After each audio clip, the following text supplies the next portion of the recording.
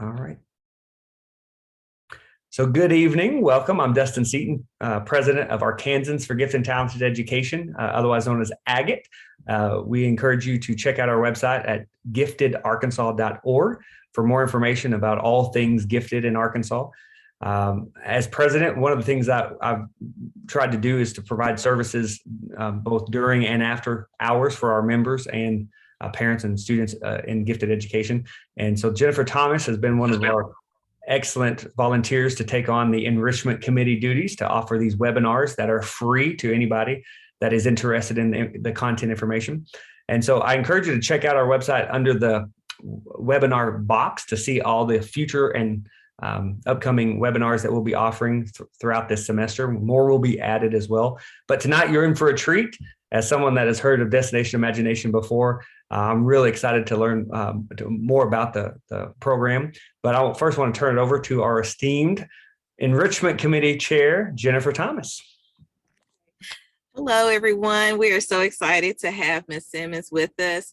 Destination Imagination is a favorite of Little Rock School District. I know that we love to compete regionally and globally, and we do really well. The students learn so much when they get a chance to think critically, and they do improv, and they're just on their toes, really swift with knowledge and with working together, and it really helps foster teamwork.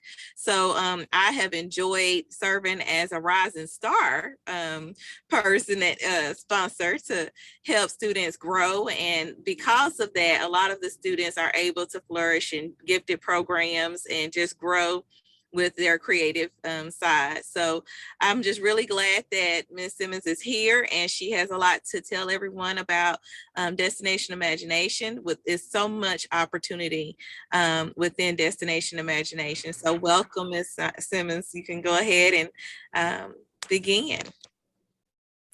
Thank you so much, Jennifer and Dustin, for having me here tonight. I'm super excited to share with you all about Destination Imagination.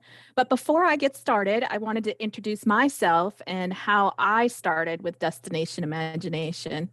So my name is Christine Simmons, and you may or may not know, Destination Imagination is a nonprofit organization, and it is completely volunteer led. So I am a volunteer. I do not work, I'm not a paid employee of Destination Imagination.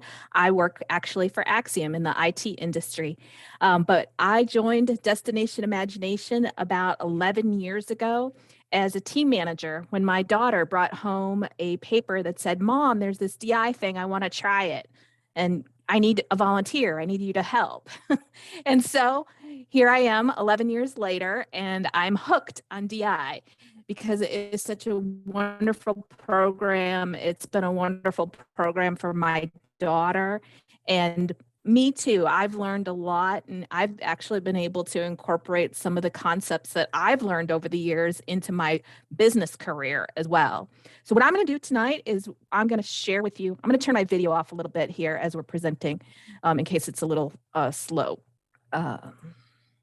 So what I'm going to share with you tonight is what is Destination Imagination, what makes the DI different than any other type of educational experience you might encounter, how it works. We'll go through the details, the nuts and bolts, and then we'll give you some opportunities to understand how you could get involved with the program.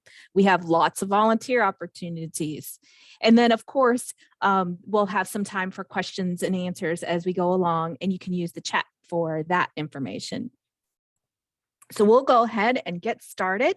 I'm hoping that by the end of this time, you'll have all your questions answered and be ready to sign up and start a team tomorrow.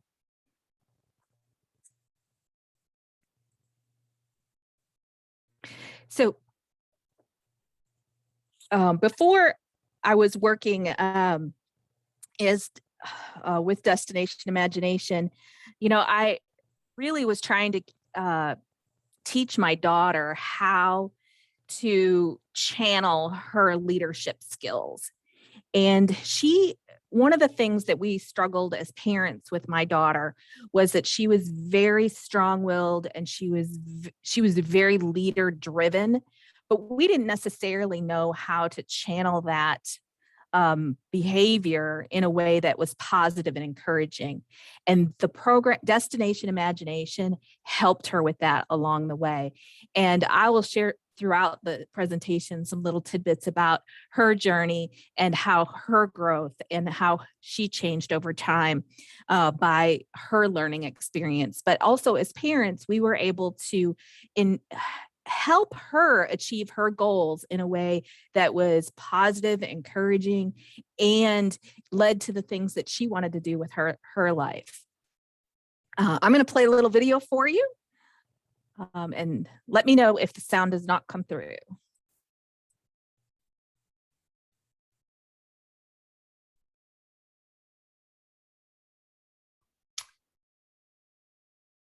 And for those watching, you're welcome to post in the chat at any time for any questions for our speaker tonight.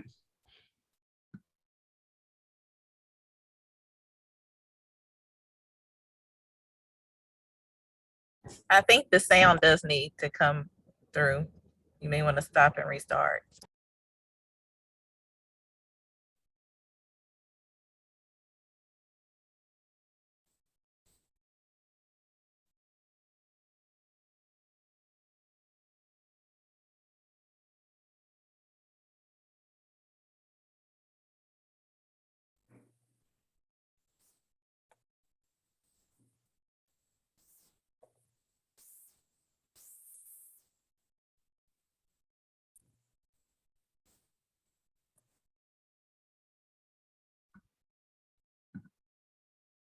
Yeah, Christine, I don't know if we can hear the video.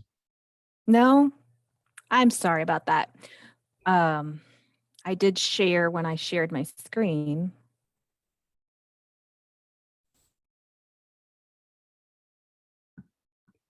One of the things, when you share the screen, you can click, there's two buttons at the bottom that says share and alt to make the sound quality better. You may want to stop sharing and see if you can click those two buttons again. Okay, let me try that one more time. No worries. It's 2021. We're used to problems, especially Yep, Zoom they did problems. get unchecked. Okay, that might help. They did get unchecked. I'll skip this one because you got to see the bright colors and fun on the screen for that video. But that was the scene from one of the global final tournaments that we'll talk about in a little bit. It's a great celebration. So let's talk a little bit Good about. afternoon, everybody. I'm Dr. Carl Jandry, and I'm the Associate Dean for Admissions and Student Programs at the University. Gotta love autoplay there on YouTube. So what is Destination Imagination? It is an educational experience. It's an international project-based competition. It reinforces those 4 C's, communication, collaboration, critical thinking, and creativity. And I think it's very important to think about creativity as a skill. Sometimes people think that creativity is just for artsy folks, but honestly, everyone can be creative. And this program teaches the creative process to students and gives them tools on how to brainstorm and think in ways that they might not have thought of before. Students work in teams to create a solution to a challenge. Teamwork is more important than ever. You're going to see that throughout our presentation today. There is not a thing we do in life that doesn't require us to work with teams. Teams participate in a tournament to showcase their solutions, and then those top teams advance to additional tournaments.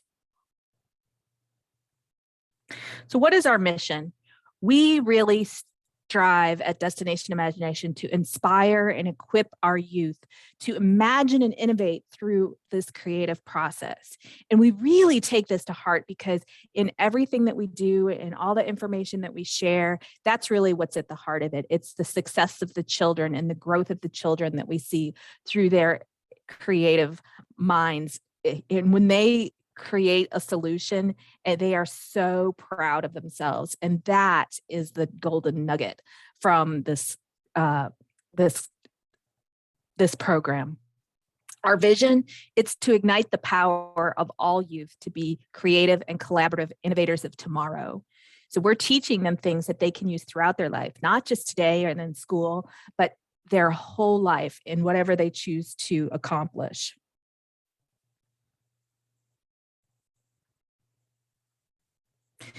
So it takes us to 2020 and beyond. You might have noticed that starting in 2020, we made some changes with DI.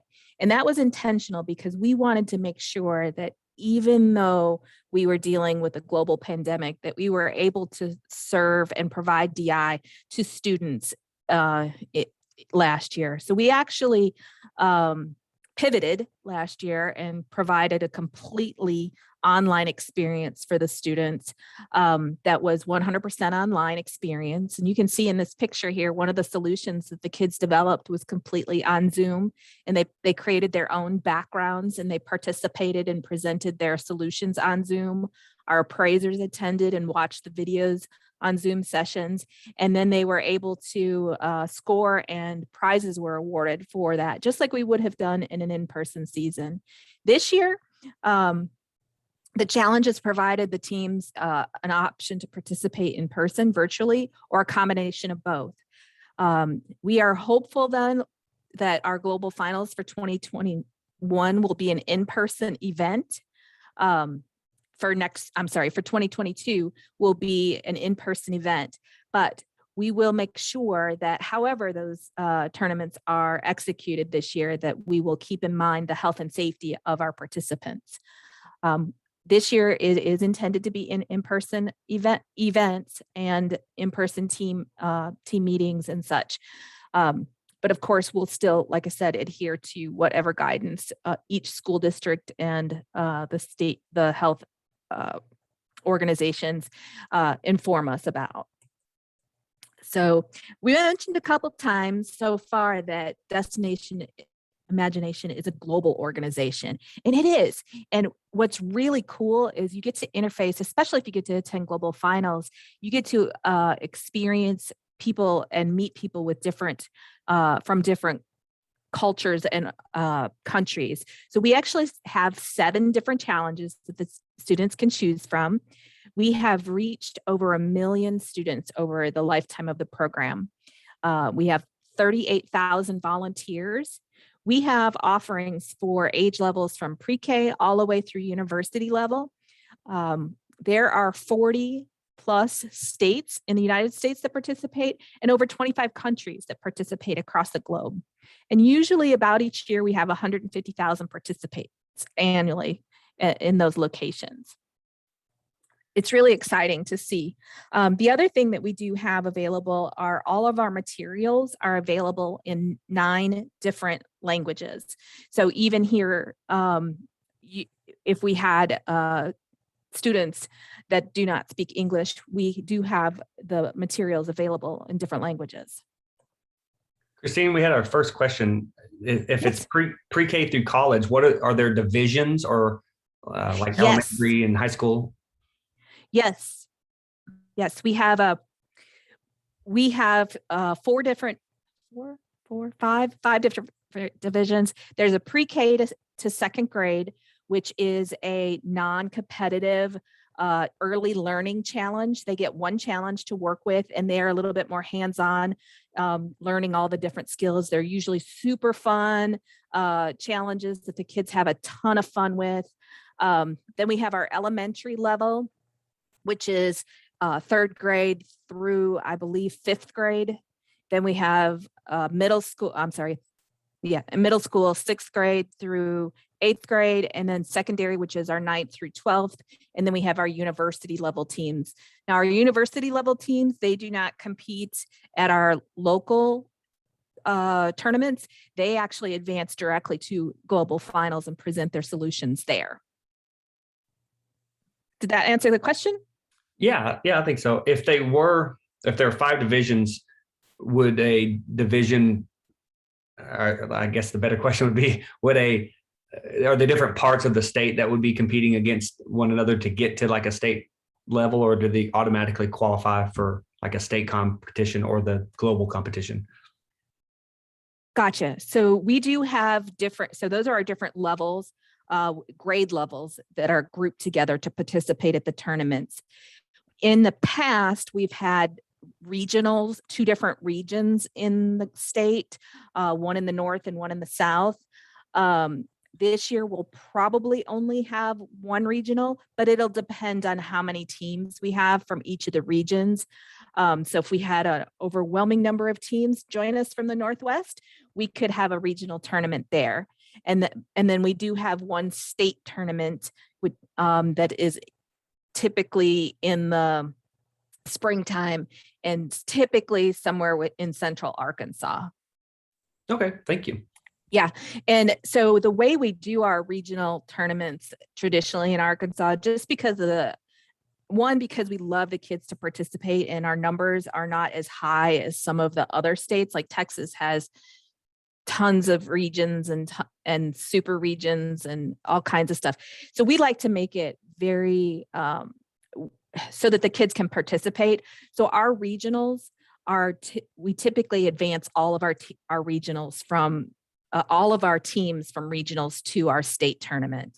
And we do that so that the kids can have an opportunity to practice and learn the process and then come back, make some enhancements, and then participate in the affiliate tournament. Now, in the affiliate tournament, that's where then they decide who could advance to global finals.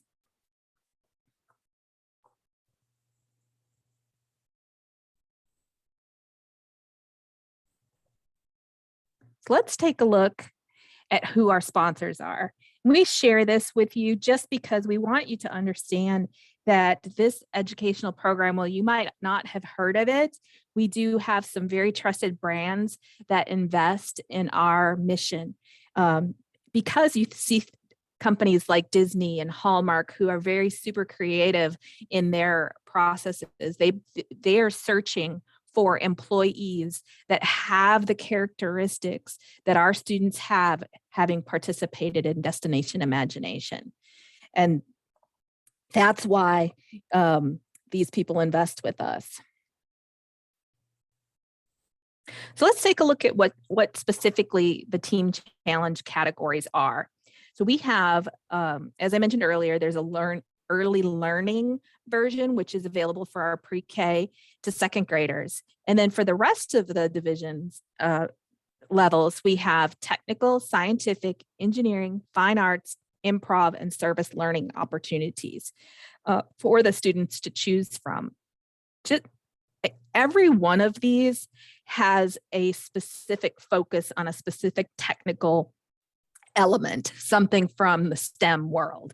But in addition to that, we also include fine arts elements. So with each of these, the students are creating a story that is integrated with the technology that they're solving for, the problem and their solution. The improv is a little bit different in that they don't create props or things of that nature, but they do a lot of research on different topics, maybe people or money or places in the world. And then when it comes time for the tournament, it is improv. They get chosen 2 or 3 things, and they get a little bit of a skit that they have to do, maybe a flip or a twist that they have to perform, and they have to include all those elements. And then it's their time to use all that research that they did throughout the season in their story, in that improv that they make up at the spur of the moment. And then our service learning challenge is quite unique. It gives the students an opportunity to actually do a service project in their community. They enlist a community sponsor and they actually do their service learning project. Now, the students aren't evaluated on their success of their service project. They're evaluated on things like their marketing or their project plan or how well they integrated their story into their plan or whatever props they need to do. So it still gives them the opportunity to do all of the other aspects of the program, but also execute a community program. This is an example here of a technical challenge of something you would see of what one of our challenges looks like. We start out by describing each of the challenges in a brief bullet point way. And then they get to see a video about the different challenges. And then we have a very detailed workbook of all of the detail and requirements for each of the challenges. But these kinds of high points of interest give the students an opportunity to see which ones they might want to actually, which one they might actually want to solve for this particular challenge. So in this one, what they were doing is they had to build an invention. And the invention, of course, can be anything. That's pretty open-ended. They had to create and present a story about how a problem is solved using the invention they created. Then they had to integrate that innovation artifact to highlight the development process. So maybe they use something like the design or a model of what they were trying to create. Then they had to design and build scenery that shows the impact of solving the problem. And then they had to present two team choice elements that show off the team's interests, skills, and areas and strengths and talents. And this team choice element is very interesting as well. It's an opportunity for the team to pick things that will be scored at the tournaments. So if they excel at writing music, that might be something they wanted to include. It could be anything, but it's just something that's not part of what's already being scored. So it really gives the students an opportunity to pick what they like and expand on their own skills and what they value. And then the program wouldn't be complete without our instant challenge package. So the challenges, those are usually solved over a 2 to 4 month period of time. Those are long-term. And then we have our instant challenge. Instant challenges are spur of the moment, quick problems to solve within 6 to 8 minutes of time. And when the students come to a tournament, they will do both. They will present their solution for their long-term central challenge, and then they will also go and execute an instant challenge. No one knows what the instant challenges are beforehand, but then they go in and they do the instant challenge with their teammates and our instant challenge appraiser teams, and they are then able to take a few moments and talk about what they did after the fact. It's called a chill out room. So the importance of both components in the Destination Imagination program is that just as in real life, we have to solve problems over time. We might have a big project that we're working on, or we might have to solve a instant challenge of the day, like our Zoom isn't working and what do we do now kind of thing. So there's all kinds of things that these two types of problem solving approaches people will use throughout their lifetime.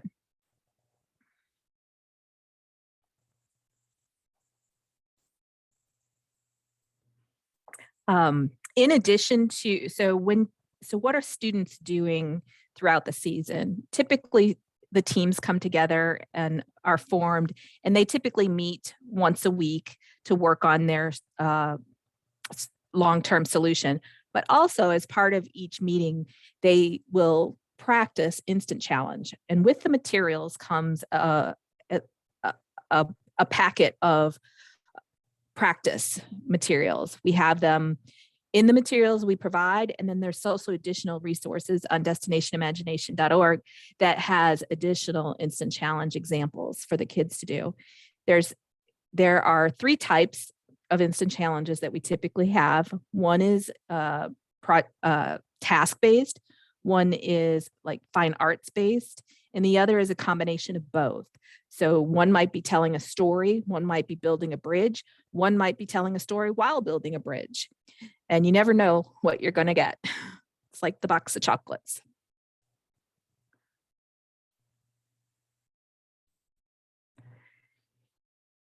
So we have here a little treat for you if you'd like to indulge.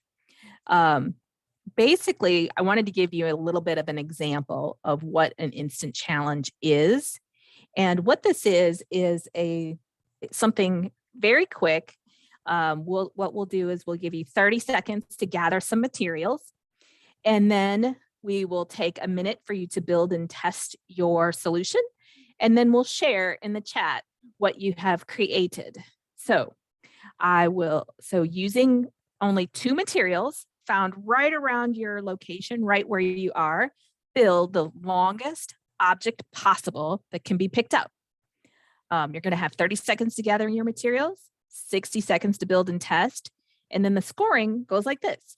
You'll have 2 points for each inch of length, up to 60 points total, 15 points if you can pick up the object, 10 points for your creative use of materials, and 15 points if you have a team and you're working with a team. So I'll give you those 30 seconds starting now.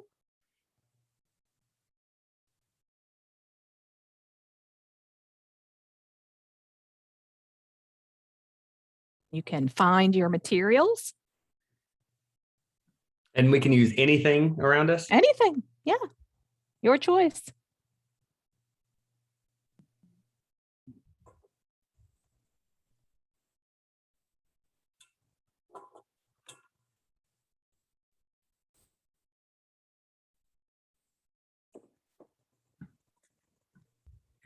And now you have 60 seconds to go ahead and build and create your build and test your solution. I have a yardstick near me, so I think that's cheating. We did get a question. I don't know if you want to answer that now or wait till after the 60 seconds. Mm-hmm. One of the questions came up, said, could you explain how parents participate and support DI through the entire process? And Melanie, it's not cheating if it's around us. She said I could use the materials I needed. Yeah, absolutely. So parents can participate in a variety of ways. One way is each team has a need for an appraiser. Now, an appraiser is those wonderful people that come to the tournament and help us actually judge the competition. They go through some training to understand the process, and they watch the students and they enter their scores and help us with that. So we're at the end of our time here. I'm going to flip back, and would you like to share in the chat what you've built and how long it might be? I can tell you mine's at least a yard. Excellent. Excellent. I picked, turn my screen on here. I just picked up my cable for my my charger, and then I have it tied to the end of a straw. So it's probably about the same as a yardstick there. One of our participants said a remote control and a hairbrush connected with a rubber band. So maybe about a foot. Oh, awesome. Yeah. Awesome. Mine is about 24 inches long. I used a hair piece and then like a lanyard. So it's kind of like a loop. I guess you could try to say it could help support something as far as throw it out and grab something and pull back, maybe. I don't know. Perfect. Yeah. Another participant built a chain of sticky notes using only staples and sticky notes, so about 3 feet long. Sweet. That's awesome. Excellent. Oh, what a great job you guys are doing. That's exactly it. And this is a very simple one, very quick, but it gives you the idea of all the different things and materials you could use for different purposes and how the scoring works. So it's important too, it gives the kids an opportunity to take a look at what specifically they're looking for, but yet gives them the ability to and flexibility to choose what works for them. And then they get to build and test it. And that's another piece of destination imagination, is actually working through those problems, building it, trying it, working through different things. They might practice this instant challenge 3 or 4 different times until they figure out that these 2 things specifically make the best, bridge or whatever it is they're trying to build. And so to finish what I was saying about parents and how they can get involved, one thing is an appraiser. That's a commitment of doing some training and then attending all the tournaments. The one thing that you can't watch your child's performance if you're doing that, but you do get to, we can tape them or do something like that, or they can have a dress rehearsal so those parents can watch them beforehand. But it is a very valuable thing to have those appraisers. The other things you can do as a parent is you can become a team manager, or you can offer to help purchase materials that the kids will need to build their solution, donate snacks for the team meetings, things of that nature. You might have a special skill that the kids want to learn that you could come at a practice and teach them that skill. So for example, sometimes kids want to do things like even welding or soldering or sawing wood, or even learn about how to create a backdrop or paint something in a specific way. Any of those skills that parents have that they could teach the children, that would be a wonderful opportunity to share that information. So just to show you a couple examples that other people built for this, just a couple of straws stuck together, Post-it notes. And then in that one on the bottom, they took all their Post-it notes and ripped them in half to make them even longer. So just a different creative way to use their Post-it notes.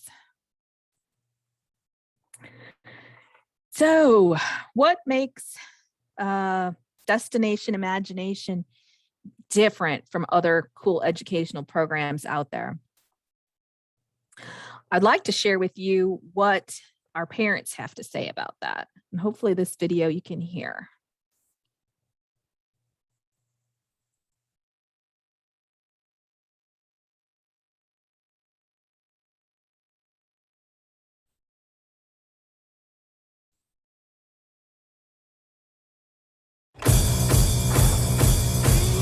My child is creative. My child is collaborative. My child is self-confident. My child is curious. My child is a risk taker. My child's collaboration skills have definitely improved through Destination Imagination. Instead of just trying to solve problems individually, they have learned over the years that each of their team members have different skills and strengths. And sometimes you run into a problem where maybe you're not the right person to solve it. Destination Imagination was of great success to the self-confidence of my son. He didn't speak in public places before, and now he does. He is very confident when he speaks to adults, to peers, and in any location that he is.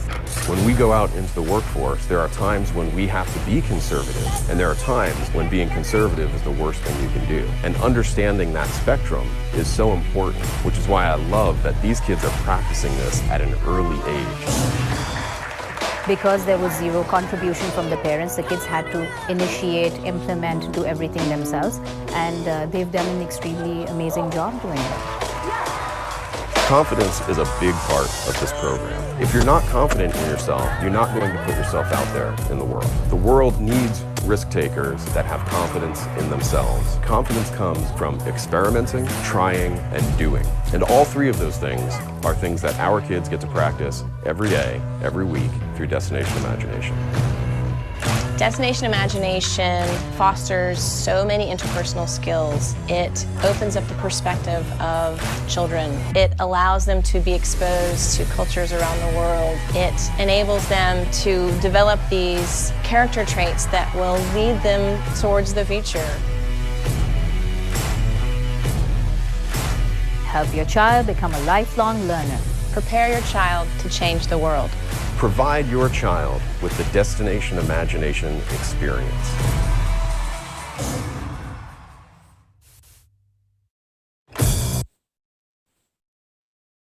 Pretty exciting stuff, right? But moving on, one of the things that we talked about briefly at the beginning was the we are really focused on building the workforce of the future. And these skills that you see here along the bottom are just a variety of skills that they learn just through the interaction and working on that problem solving and risk taking. I mentioned earlier about my daughter and her journey in Destination Imagination, and we needed a way to really hone her leadership skills. She was in a situation where she's a little bit older than kids in her grade because of the cutoff date of the school. And so her maturity level was a little bit higher, and she was pretty much being a little bit of a boss. She was bossy. her schoolmates and her friends were like telling her all the time, stop being my boss. You're not the boss of me. So what we tried to do with her is really build that leadership skill in a way that was fostering, inclusion with other people so that she could bring other people in and let them and she figured out how to give them tasks to do without being bossy. And I'm super proud of her today. Today, she's actually a sophomore at Baylor University, and she is a treasurer of her sorority. And she's in the Business Fellows program, and then she mentors students in the program. And then she also, before she left for school, she was managing the social media accounts for our church. And she had to work with a team of adults on preparing the material and executing the campaigns for the marketing programs. So she really was able to build her confidence, work with people of all ages, young all the way through, working with her professors and working with other students at school. It really has been a blessing to see her grow over time just through using Destination Imagination practices to learn and grow over time. Destination Imagination focuses on the process and not the product. When a lot of times when you're at a sporting event, it's all about the win. This is not about the win. This is about the hard work you put in day to day to learn how to work together, learn about something exciting in the area of engineering. These students have got their hats on and their safety gear on because it's all about the process, not just that final product. Participants are encouraged and empowered to take on skills for themselves. So it's not about the learning what they think, it's about how to think and how to build those skills that will take them into those future careers. The other thing that's really fun about Destination Imagination is that the team members do it all themselves. We have what we call a no interference policy, which means that the students do everything that is related to their solution. I mentioned earlier, we can teach them skills that they might use to build their ultimate solution, but the ideas and the actual execution of those ideas is all about the students. They get to choose their challenge, generate ideas, do the research, build and design. They make the decisions about it. They manage the budgets and the deadlines, and they solve conflicts. Now, we have team managers for each team, and that team manager is there to support the team, to perhaps ask some really thought-provoking questions. It's to help guide them and to get them where they need to be, but they're not there to do the project for them. This team here is a successful team, and these folks are receiving an award at Global Finals.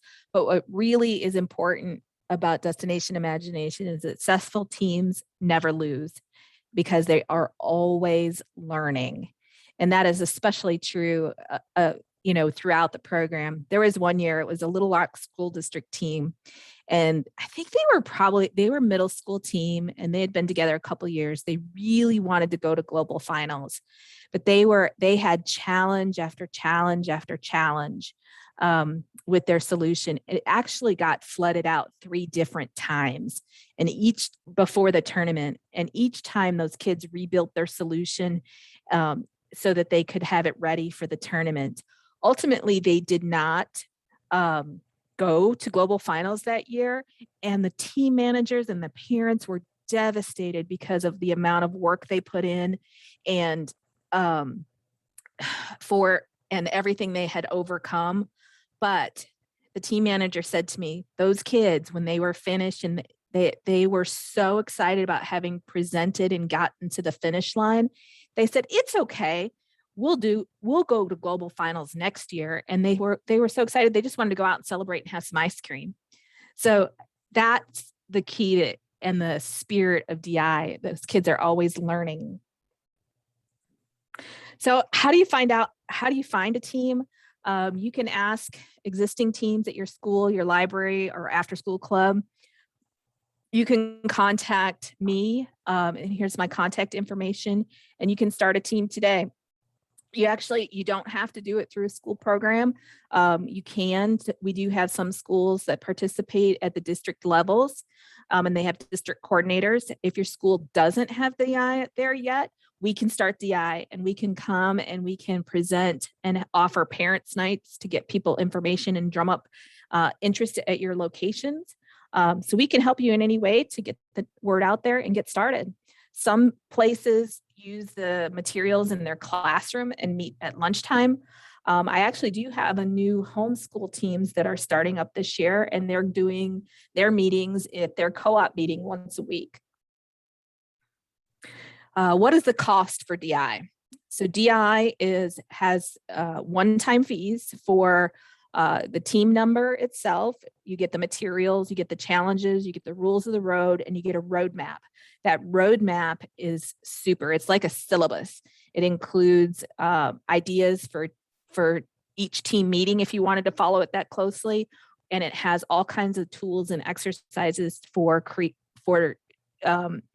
teaching that creative process. Essentially, there's a $40 background check. And then there's a $100 affiliate fee that goes towards all of the work we do here at the state level.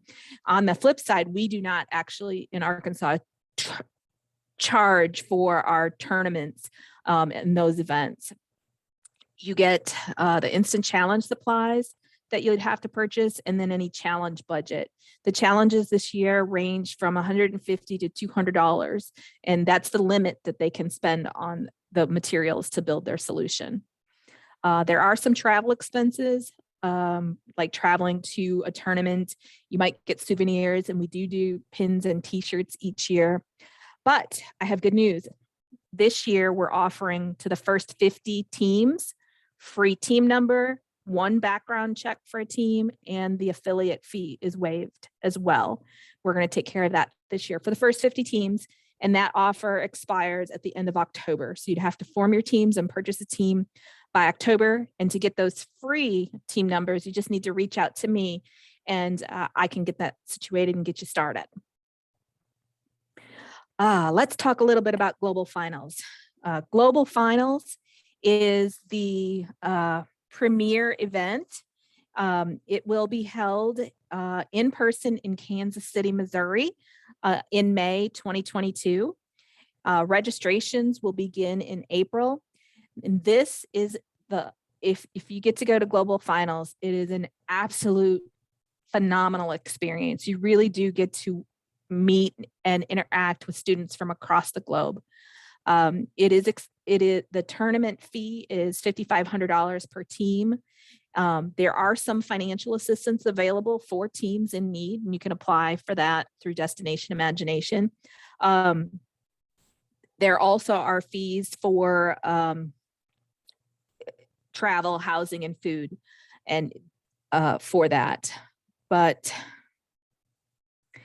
the one thing I would mention is that whatever the world looks like in May, they will be keeping our children's health and safety at the forefront of their mind as they're planning this event. So we didn't get to have it last year. As I mentioned earlier, we had it virtually. So we're very much looking forward to being able to have this in person again next year. So what does the time commitment look like? This is a frequent question we get. Basically, the challenges are released. This time they were released September 1st. So teams can start now if they desire, and then they can meet as much as weekly or as much as you wanted to get started. Usually teams will meet a little bit more frequently right before the tournament because they're putting the final touches on everything. We typically have a creativity day in January, which is a day for the teams to come together and practice instant challenge and actually see other teams solving the same challenges at the same time. So they get a little bit to explore what that instant challenge looks like. And then we'll have if we get enough teams this year, we'll have a regional tournament in the spring. Usually those are February, March timeframes. And then our affiliate tournament is at the end of March, very beginning of April. And then global finals is in May. And then it really is up to the teams and how often they choose to practice. But like I said, weekly is typically what they do. And then of course, we asked earlier about ways to volunteer with DI, and we have team managers. We have affiliate volunteers like appraisers. We do have folks that we need for registration and fundraising. And then I have a lot of opportunities to at the affiliate level for things like website administration and helping with developing the designs for pins and t-shirts this year, things like that. So if there's anything you're interested in for volunteering, let me know because I might have a job for you. So for me, DI is the best thing you'll ever do for your child's education, as well as helping shape their future. And like I told you before, I'm super proud of my daughter and, just the young woman that she's become and the leadership that she's demonstrating to her friends and her peers and even her teachers along the way. So if anyone has any additional questions, we have some time for those. Yeah, thanks, Christine. We had a couple questions about costs that you answered, but can you go into any more detail about fundraising? Do schools or districts typically fundraise or parents fundraise to help cover some of those costs? Absolutely. So as you can imagine, you saw the cost for global finals. Typically I don't see too many fundraising during the school year. Usually it's either paid for by the district because they have some funding, or parents contribute dollars and they split that out equally. There was a fundraiser that Texarkana did a few years ago. Basically it was like a bingo card, and they sent that out to all of each participant had to fill their bingo card, but their bingo card was things like sponsor them to buy paint or buy markers or buy whatever the team decided they needed to support their team. That's what was on this bingo card. So the people knew that they were what their dollars were going for. So that was a really creative way to raise some money pretty quickly and give the people who were donating a very good idea of where their money was going. Other fundraising, Greenbrier School District, they do a lot of fundraising as well. They had things like garage sales. They do t-shirt sponsors. They also had, they were doing a middle school dance. So like they invited like the fifth graders who aren't at the middle school home. So it was like a 5th and 6th grade dance, and that, fundraising can be as creative as you need it to be, depending on how much your fundraising goal is. Little Rock School District also does a lot of fundraising, and they've tried different ways to take care of that over the years. So we can put you in touch with lots of folks to brainstorm how to raise those funds. Yeah, thanks. We also had a question about who is required to get a background check? The team managers.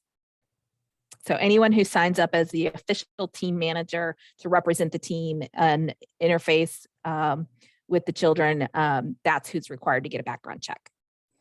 Okay. Could you clarify on if there can be more than one team manager? Absolutely. There can be more than one team manager. If you're signed up, though, officially to be a team manager, then we would require, so even if there's more than one on the team, so if you have 3 team managers signed up then each one is required a background check. Now, this year, Destination Imagination has introduced the idea of a background check. It's not an exemption. It's I can't think of the word at the moment, but basically, if you already have a background check, there's some paperwork you could submit that they will give that as a waiver, so you don't have to purchase another one through our vendor, our background check vendor. So if you're a teacher that has already gone through the background check to get licensed, would you still be required to do the background check?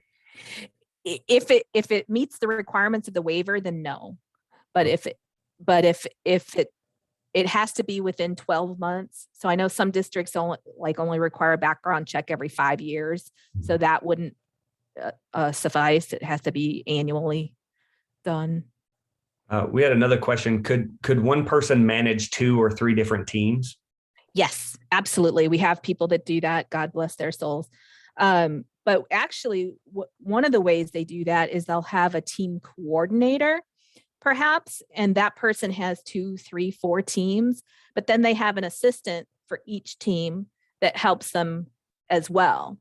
So that way you've got some more people to help with the process. We had a question about awards. What are given out at the regional, state, and global prizes or award ceremonies? And so for regional and state, we have usually at regional, it's like 1st through 3rd, and they're usually ribbons. At our state tournament, we have medals. And then at global finals, they also have available like trophies that are available.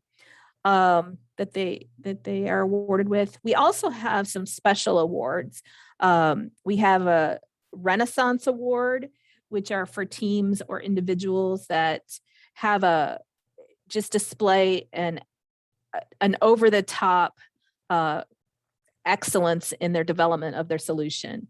We have a Da Vinci Award, which is similar in nature, but it's specific to the design.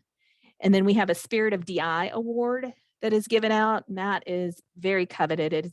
It's about what the team learns and if they're adhering to the process, and just really overall success of the team.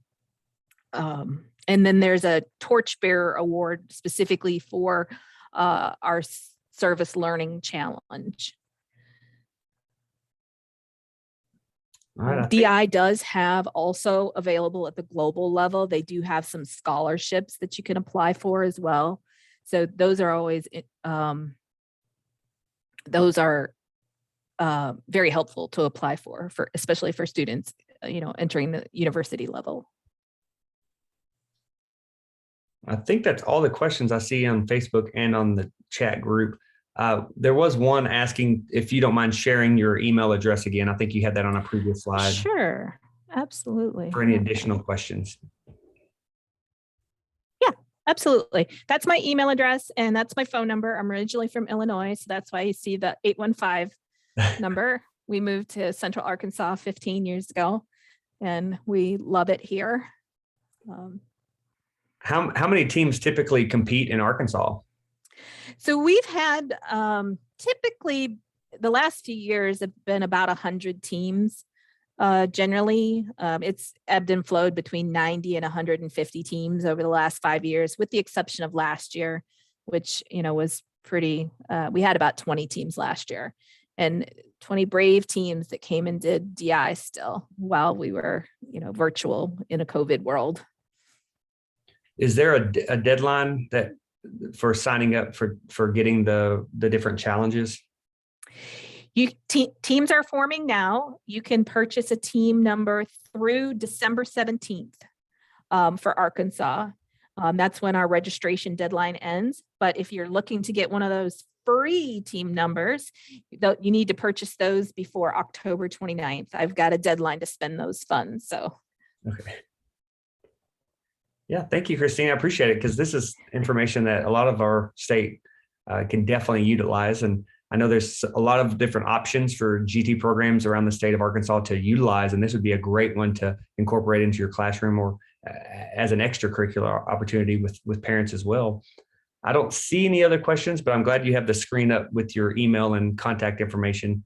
So hopefully you'll get some more interest and participation this year. I know last year having virtual option, it wasn't ideal for everybody, but having, it looks like 3 options, the in-person, the virtual, or the hybrid. Is that right this year? Mhm. Okay. Yeah, there is and I didn't talk about it too much. There is a digital open version, and those costs and timelines are different. And you can find those on our Destination Imagination website. But like I said, if you wanted to go completely virtual, you can definitely do that. Excellent. Jennifer, do you have any other comments or questions? No, I just appreciate you coming and telling everybody about DI. I just know that it's a lot of fun. I have 2 daughters who have participated, and this takes a lot of effort and commitment. So it was a rewarding experience, and a lot of people that do it year after year, they just love it. It's like the spirit of DI. Like when you go to a tournament, everybody's collecting their pins and they have their towel and everything. It's just like really, really, it can be a tradition. Like you got to go to Destination Imagination and collect a pen and showcase what you have. So I just know it's a fun experience. So thank you for sharing. Well, thank you very much for having me here tonight. Yeah, and for all those that joined us, thank you for tuning in. And again, this recording will be on our website under the members only section under giftedarkansas.org. We encourage you to check us out or join if you haven't joined. But I want to again thank Christine for giving us her evening on a Tuesday. So thank you very much, Christine. You're welcome. All right, we'll see y'all later.